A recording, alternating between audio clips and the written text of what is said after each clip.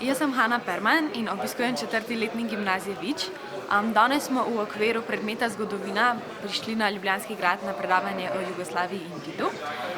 Za predavateljico smo dobili nemško profesorico iz Univerze v Münchnu, o kateri smo zvedeli, da je tudi da je v bistvu zdaj bila nekaj časa na Harvardu.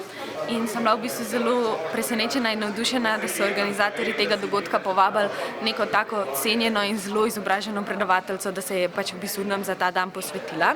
In je to v bistvu smo zelo prioritizirani, da nam je bilo to omogočeno.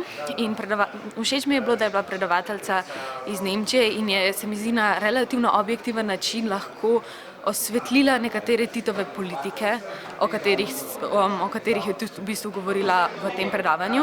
In všeč mi je bilo, da je pol v bistvu bil tudi odprt mikrofon, ker se je en zagrebški profesor z njo pogovarjal in je bilo lepo osvetljeno razlika v tem, kako Nemčija nekako objektivno gleda na jugoslovansko politiko in kako nekdo iz Zagreba, kjer pa pozna ljudi z osebnimi izkušnjami, kakšno vprašanje jo lahko vpraša. Katera omenila se Titovo politiko, ki je bila predstavljena? Kaj se ti je najbolj vtisnilo v spomin?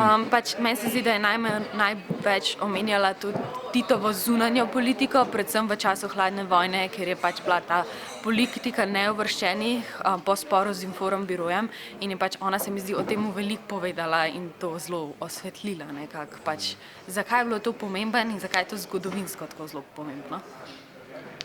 Ja, jaz sem Luka Pevc, tudi iz gimnazije Vič 4. letnik, in meni je bilo tudi všeč, da se je pač malo bolj fokusirala na zunanjo politiko, zaradi tega, ker o Titu samem pa pač o njegovem življenju in o notranji politiki pač vemo veliko v šoli.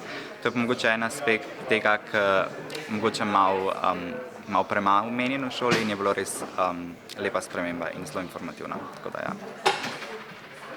To je to.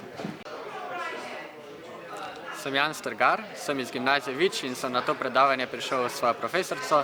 Poslušal sem panel o vplivu jugoslovanskega odporniškega gibanja na politični sistem in družbo in najbolj zanimiv del mi je bil v bistvu ta pogled iz različnih republik in kako je to odporniško gibanje vplivalo na dogajanje v republikah po vojni in pa v sedanjosti.